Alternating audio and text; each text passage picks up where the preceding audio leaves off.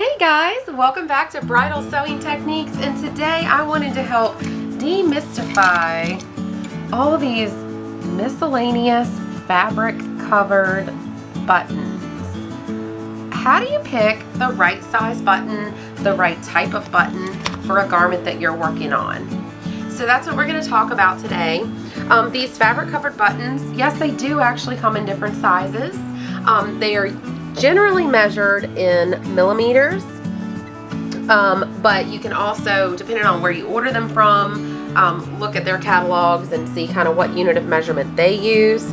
But basically, let me just pull out a handful here. What I do is I keep this little can. This was my grandmother's can when I was a little girl. I keep this can by my sewing machine, and whenever I have to pull the old buttons off of a dress, because let's say a new dress had 20 buttons on it, and 4 or 5 of them were missing because it was a sample gown, and it's the the clips that they use in the store broke the buttons. So some of them are missing, and the bride just wants to replace the whole lot of them. So in that case, what I would do is remove her buttons and toss them in this miscellaneous button can, because another bride will come along. Excuse the cold paint on my hands. Another bride will come along and will need a button like that someday. So I want you to just see the variety of buttons here. This one is a tufted back on the inside, but it's also fabric covered on the back. And this is a plastic shank. I never buy a plastic shank button unless if it's this one that I really need, and it's just an odd thing. Pretty much what I stock in my shop is either going to be your traditional tufted back, which is not always lined like this, or it's going to have this stand on the back, but it's going to be metal. Some of them are covered with taffeta, some are satin, some are raw silk, all different sorts of things.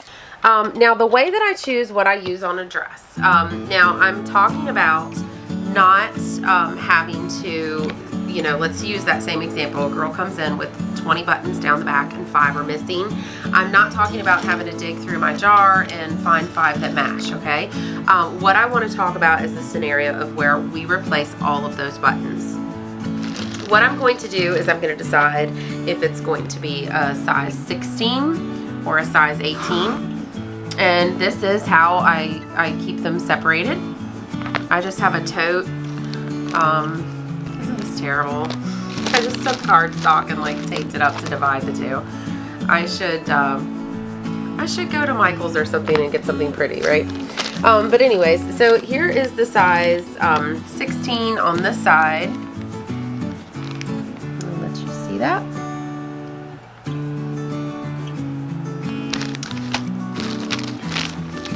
And here is the size 18 on this side. So I first have them divided by size, and then when you look down in here, you're going to find the different types of, you'll have the metal shank or the tufted back. And the way that I'm going to decide which one of those to put on the dress is the tufted back is a little more low profile. So if a bride turns to the side and you're looking at her side view, and these are buttons that are on a zipper flap going down the back of the dress, and they're not going to be used, what you're going to want is a very low profile button like this. And the tufted back affords that. So you can just stitch right through, and you can see just how low profile they are. They hug super close to the dress, look very nice, but they're for looks. I usually do not use tufted back buttons for buttons that are functional. So if you're actually having to hook these buttons through loops, then that's when I'm going to reach for the metal shank, because the metal shank is so much stronger. Okay, so if you have a really petite girl and all the embellishments on her dress are, you know, very dainty, very just small, delicate looking, then I'm going to reach for a 16. If you have a larger girl or a more modern look to the dress, a little bolder kind of look, then I might reach for 18.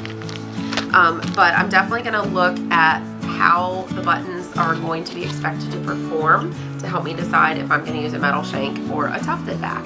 So you can see how many different kinds I have in here. I have a huge variety of buttons, and I need to keep them in stock at all times because you never know when you have a bride come in and she needs some buttons. So anyways, I hope that has helped to demystify a little bit for you. The way I got the idea for this the other day was somebody said they bought buttons and they didn't know they were different sizes, and I'm like, oh my goodness, there's so many variations to the buttons. So it's much more than just size, of course, but it's purpose and how they're designed and the types of fabric that they use. One thing I do sometimes is I do tea stain them sometimes if I need to darken the color just a little bit. This whole lot was tea stained all at the same time, so that way we know that they match each other. But this is more of a antique kind of color.